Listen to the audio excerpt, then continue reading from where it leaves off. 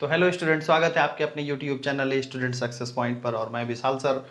और आज फिजिक्स के सबसे important point dispersion from prism के बारे में हम लोग पढ़ेंगे। प्रिज्म से वर्ण विक्षेपण के बारे में पढ़ेंगे।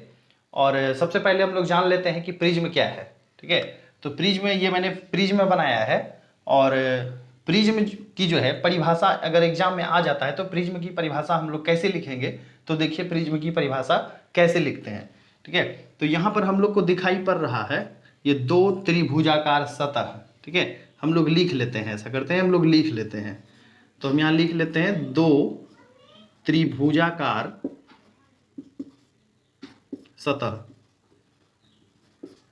उसके बाद हमको दिखाई पड़ रहा है, देखिए ये एक, दो और एक बेस है। तो ये तीन जो है आयताकार सतह है, तीन आयताकार सतह है। ठीक है, उसके बाद ये माध्यम प्रिज्म में कैसा रहता है, तो माध्यम होता है पारदर्शक। माध्यम कैसा रहता है, पारदर्शक। उसके बाद प्रिज्म का जो मेन काम होता है वो काम क्या होता है प्रिज्म का, प्रिज्म करता क्या है, तो ये 7 रंगों में विभक्त कर देता है, 7 रंगों में विभक्त कर देता है।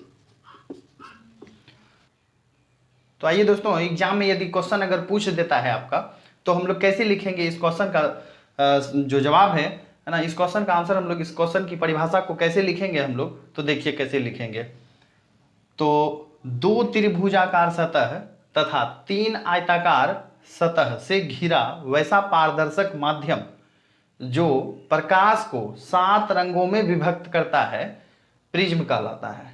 ठीक है, दो त्रिभुजाकार सतह तथा 3 आयताकार सतह। दो त्रिभुजाकार सतह आप लोग को दिखाई पड़ गया, एक यहां पर है और ये यहां है। ठीक है, उसके बाद 3 आयताकार सतह, ये देखिए ये आयताकार सतह यहां पर है, ये दूसरा है और एक इसका बेस नीचे। ठीक है, 3 आयताकार सतह से घिरा हुआ वैसा पारदर्शक माध्यम जो प्रकाश की रंगों को 7 रंगों में, ठीक है, विभक्त करता है, उसे प्रिज्म हम लोग कहते हैं। अब आइए इससे जो वर्ण विक्षेपण होता है, प्रकाश का वर्ण विक्षेपण किस प्रकार से होता है, प्रकाश का वर्ण विक्षेपण को समझते हैं हम लोग। तो सबसे पहले हम प्रिज्म बना देते हैं।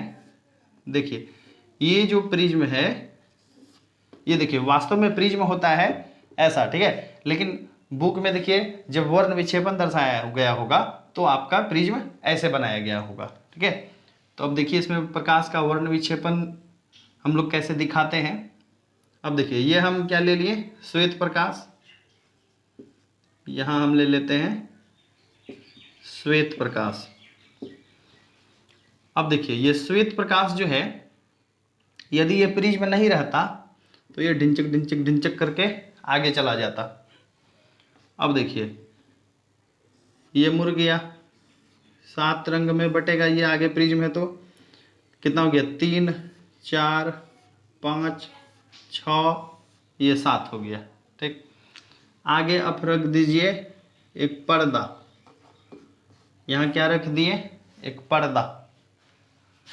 अब देखिए ये किरण बैंड हुआ, ये किरण बैंड, ये मुड़ गया, ये भी मुड़ गया, ये मुड़ गया, ये भी मुड़ गया और ये भी मुड़ गया। ठीक है, तो देखिए इसको हम लोग कैसे लिखते हैं, बैजानीह पिनाला, इसको हम लोग लिखते हैं बैजानीह पिनाला। इंग्लिश में बोलते हैं विबज्योर, इंग्लिश में बोलते हैं विबज्योर। तो यहाँ पर होता है लाल। ठीक है, तो लाल रंग की तरंग दैर्घ्य सबसे अधिक होती है। ठीक है, और बैगनी जो रंग होती है वो सबसे कम होती है। बैगनी, लाल रंग की तरंग दैर्घ्य सबसे अधिक होती है, बैगनी रंग की तरंग दैर्घ्य सबसे कम होती है। तरंग दैर्घ्य अधिक होने का मतलब हो गया कि ये ज़्यादा स्पीड से चल सकता है और बैगनी रंग जो है कम स्पीड से चल सकता है। ठीक है, तो लाल रंग का स्पीड ज़्यादा होने के चलते इसमें कम झुकाव होता है। ठीक है, यदि कोई मोटरसाइकिल वाला है वो ज़्यादा स्पीड से अगर जा रहा है और अगर उसको मुड़ना है तो उसका तो हैप्पी बर्थडे हो जाएगा। अब देखिए उसी प्रकार से जैसे ये बैगनी जो रंग है ना, बैगनी रंग जो है इसमें क्या है, ये जो है कम स्पीड से है।